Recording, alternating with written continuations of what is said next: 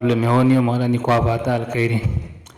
hande hala ka gimme tato do kanka woni iwoji fa dalila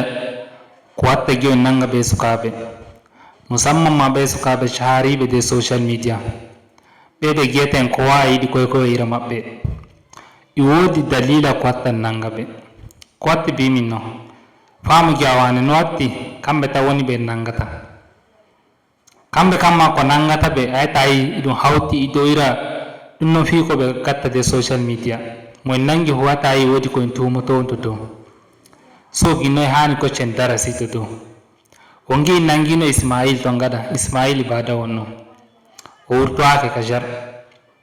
sannan joni inino gonne joni wi nangi Sadiq SK boy kama nangama e anda o haali do wonani anda o ko nangimo amma o nangama joni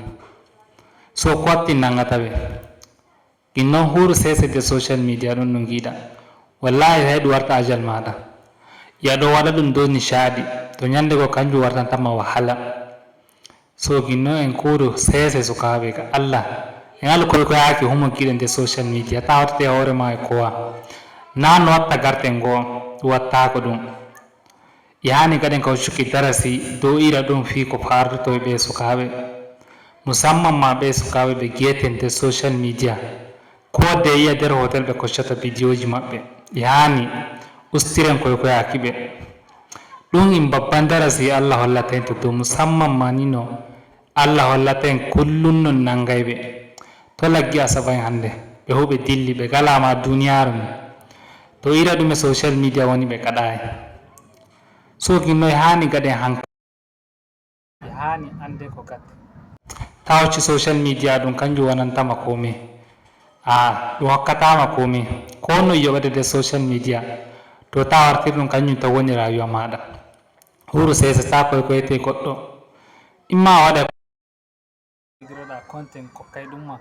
riba ɗo yeeso na koye gaɗa ka hokki vidéoji kawai an a holla hoorema a woddi ceede ya wedditi ɗum noon rayuwa fewre ɗum giiɗa ɗum yaratama ko ina wallahi en alu rayuwa fewre social media dara dow gonga maɗa dow koye andirma Allah etta kulako min kamma bo